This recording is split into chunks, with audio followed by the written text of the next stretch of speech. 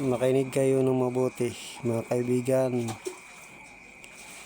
Kung patuloy na magmatigas ang Pilipino at ayaw sumunod sa Panginoon, patuloy na makaranas sa iba't ibang lugar ng Pilipinas ng iba't ibang uri ng kalamidad. Patuloy po ang pagyanig kung hindi po kayo manumbalik sa Diyos. Hindi po kayo sumamba sa ating Panginoong Hesus at talikuran ang lahat ng mga kasalanan. Yan lang po ang solusyon para humupa ang galit ng Diyos sa Pilipinas. Kung patuloy kayo sa paggawa ng hindi maganda sa harapan ng Diyos, muling sisiklab ang galit ng Diyos. Mararamdaman nyo ang malalakas na pagyanig bago matapos ang taon. Kaya magbalik loob ang ilan sa Panginoon, lalo na yung mga tao na nagtuturo at yung mga taong dating tumanggap at tumalikod. Huwag niyong antayin na ang parusa ng Diyos igagawad muli.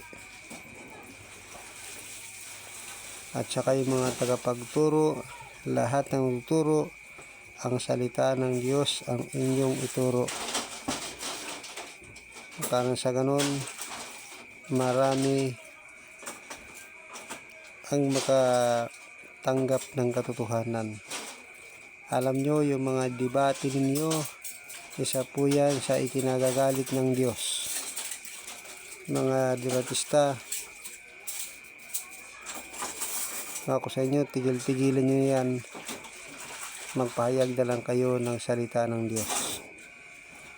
Ayaw ng Diyos na kayong kanyang mga hinirang ay makipagdebate sa mga iba patungkol doon sa mga sinasabi ng iba.